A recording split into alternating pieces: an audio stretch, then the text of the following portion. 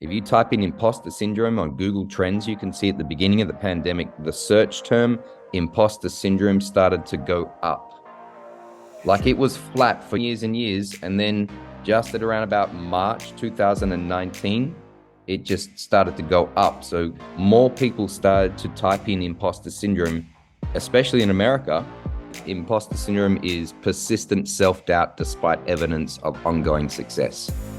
If a person is successful and they've got the physical evidence and the track record and a reputation of being good at what they do, they still doubt themselves. They cannot internalize their successes. They cannot really say, that was me. When a person is living out of alignment with their values, they are an imposter. When they are living in alignment with their values, they are authentic. Now, most people think that they are living up to their own values, when in fact those values are injected values from society, parents, that they are comparing themselves to someone else and saying, I should be like that person. And if I'm not good enough. And as a result, you'll never feel authentic. You'll always feel like an imposter because you're trying to be someone you're not.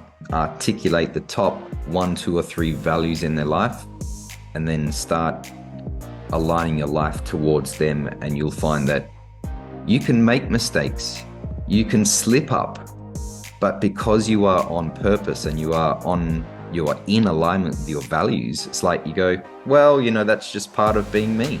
Yeah.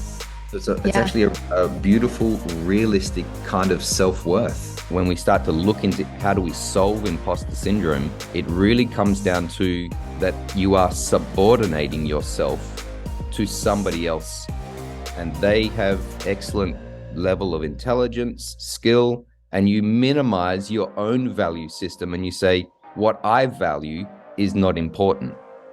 As a result, you feel like a fraud, an imposter. You're trying to be someone else and you're not valuing who you truly are and what you truly value. And no matter the achievements that I accomplished, I still had this little voice inside my head that said, who are you to think that you're allowed to do this? And so the inner critical voice was strong, and I'm sure many people can relate to that. Funnily enough, when I decided to start educating people about the topic of imposter syndrome experience came back for me. And that is a formula for loving yourself and appreciating yourself. This other side of ourselves that we often don't love and appreciate ourselves for, you can now have a formula for it. What are the benefits and services that came out of it? And don't give up, because like a magnet has a positives and negatives.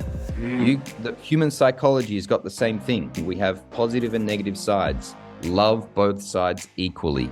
Find out the positives that came out of the negatives, balance it, and that's emotional intelligence and management right there.